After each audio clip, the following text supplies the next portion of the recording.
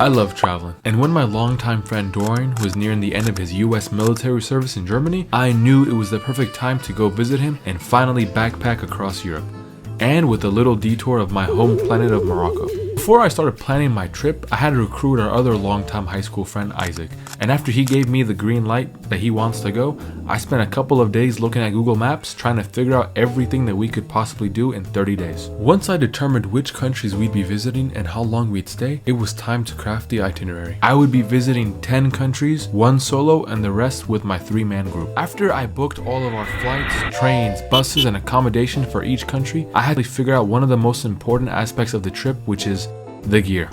Choosing the right bag was really difficult for me. There are so many bag options from so many different price points. I ended up going with the Tortuga Travel Backpack Pro. It was a backpack that I received as a gift. It's a fantastic backpack, and this is the second time that I have taken it on an international trip. But if you are on a budget, I would not recommend going out and buying this backpack right now, unless you do plan on making backpacking a huge hobby of yours. You can honestly just go with any clamshell backpack. Normally when I travel, I just take a $30 backpack that I got from Amazon that can easily fit under the airplane chair. I even took this bag on my recent trip to Tokyo and Mexico City. You just need to make sure that with whatever bag you end up taking, that it can hold at least 5 to 7 days worth of clothes. It is a lot easier to go to a laundromat every week than it is to lug around 30 days worth of clothes. After choosing your bag, the next biggest thing is going to be your shoes. Your shoes can honestly make or break your trip. You do not want to be walking around with blisters all day. After doing a lot of research, I ended up going with the black leather Blundstones. These were literally the perfect boots for my trip. I took these things through the hot Moroccan sun, the freezing snow of Central Europe, and the heavy rain of France, and the whole time they kept my feet warm and dry. Please sponsor me, Blundstone. When it comes to clothes, I brought as little as I can get away with. Look at a color wheel, figure out what goes with what. Make sure the clothes you're bringing match the weather that you're going to. I knew it was going to be really cold in the winter of Europe, so I made sure to pack some thermals, heavy socks, and I wore my overcoat on the plane so I can save some space. My bag did not only have clothes in it, of course, I also had all my toiletries. I brought all the basics with me: toothbrush, toothpaste, soap, face cream, deodorant. Now, I did not bring 30 days worth of toothpaste or toothbrushes, of course, because I don't have the extra space in my bag and I don't want to use the extra space in my bag. So throughout my trip, I brought cheap items to save some space and replenish all my stuff. Once I figured out my plan and finished packing, it was finally time for me to fly out of good old Sacramento.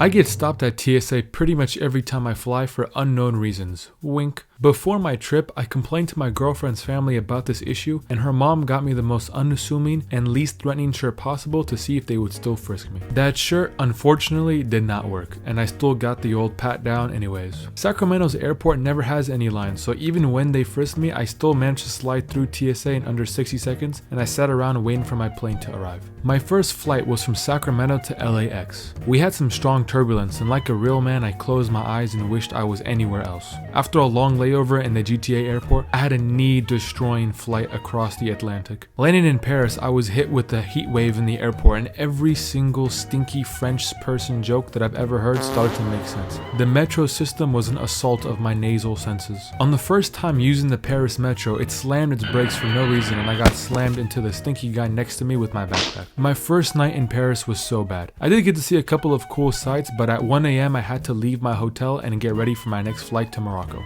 2 AM, Paris. I wanna die. In the flight from Paris to Morocco, I had 0 legroom and no food. It was a short flight, so it wasn't too bad, but my knees felt every single second of it. The Morocco portion of my trip was amazing. I spent pretty much the entire time there with my family in the oriental region of Morocco. My lips did get burnt, which sucked, and I also slept on the couch the entire time, but this part of my trip was entirely free for me because I just couch surfed for my family. Flying back to Europe was easy, especially because I was used to the time change at this point. Isaac, unfortunately, who just flew in from Sacramento, was not. They say it's not a real backpacking trip without staying in some hostels. Our first hostel only had 2 beds in it, so we were spared from making new friends for now. But the showers were unfortunately outside the room and I had a really bad experience in them. Now before I tell the story, I want to give some context. I am fully sober and I do not drink or do drugs. I'm very halal mode. The reason why I tell you this is because when I told my buddy's mom this story, she asked me if I was on some kind of drug, but I was not. Isaac and I were showering, not together, just next to each other. There were little dividers between the showers, and all of a sudden the drain under me starts popping up and it sounds like someone is sucking down my shower water. So I freaked the fuck out, of course. I ran out the shower and I sat there watching that drain for 3 minutes straight with water on it to see if it would pop up again, and it did not. I don't know if it was Remy the rat or the local hostel ghost, but I barely slept that night and it felt like I was going crazy. The rest of the hostels were honestly nothing like this, and except for the occasional stinky person, it was fun meeting new people.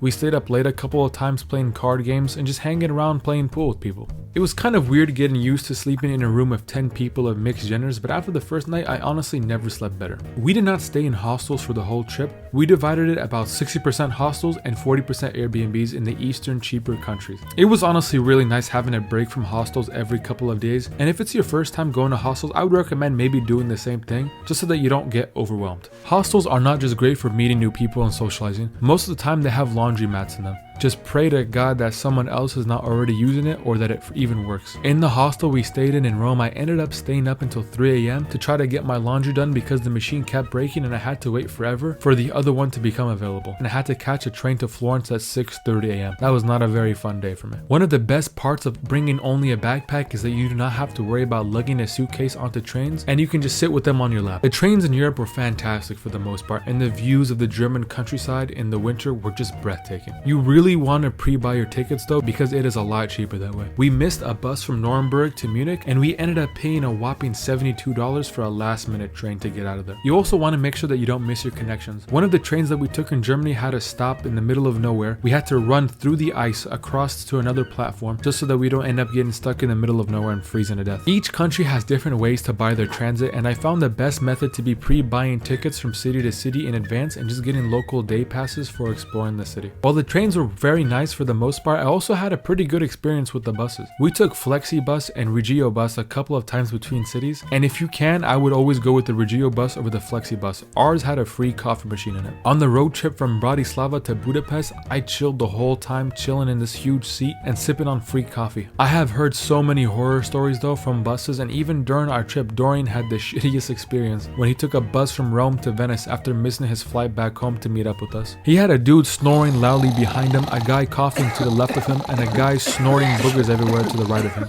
If you can afford the train, I would take it over the bus every single time, but I personally never had a bad experience with the bus. After bouncing through all these countries, sleeping in rooms with strangers, and figuring out how to dry my clothes using a hairdryer, I found out that this is how I love to travel. This is how I want to continue traveling, and this is the style of travel that I want to keep doing. Backpacking is about spontaneous adventure. It's about meeting new people. It's about seeing cool things, eating weird food, traveling with as little stuff as possible, and being as free as possible. Flying back home at the end of this trip made me so excited for all the places that this backpacking hobby will take me next. And I recommend backpacking to anybody who can afford it and is able to do it. Go backpacking. You will not regret it. I do have a couple more tips for people based off my own experience. Pack less than you think you need. I didn't bring a towel on my trip. I ended up buying like this small little hand towel at a store that we found, and I just used that to clean myself whenever there wasn't a towel, because most places, if you're in an Airbnb, will have a towel. Now most hostels don't have towels, which is fine. That's when I use my little square. And after showering each time, I just wash my towel in there. I let it air dry, let it dry on the radiator, and the next day, boom, new towel. Bring earplugs with you. I feel like every single person who sleeps in hostels has a deviated septum for some reason, because these people snore, dude. One of the nights, this guy, he was snoring so loud. I could hear him through my earplugs, so I can't even imagine what it would have been like without them. So bring earplugs with you, they will help you so much. Also, one of those night caps for your eyes. Great help, especially if you're someone who sleeps in later. You don't want the sun, killing your eyes. And also, people can just leave the light on sometimes, so bring it in so you can have your own little darkness. Do your laundry as early as possible.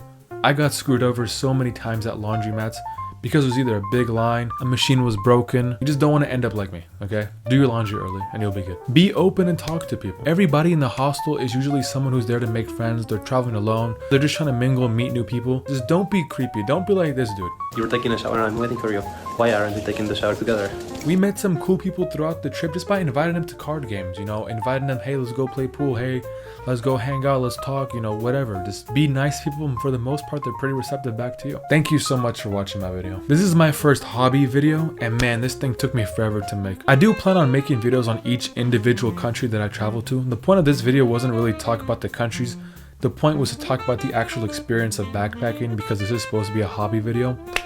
but I will have videos on each single country I went to. I do have other country videos that I've made, but I am trying to switch up the style of them. I don't really like how they're kind of travel guides. I'm not really trying to make travel guides. I want more to talk about the experiences of that country and the cool cultural history and how the people are, and just more interesting stuff than just a guide. So leave a like, leave a comment, let me know what's the next place you think I should travel to. What continent should I hit up next? You know, this backpack has been with me now to 2 continents, and I take it with me to trips now. Instead of bringing like one of those weekender bags, I just take this thing. It's great. And if they want to sponsor me, Tortuga, reach out, sponsor me. I'll plug your stuff. But thank you again for watching. Have a good one. Don't forget to subscribe.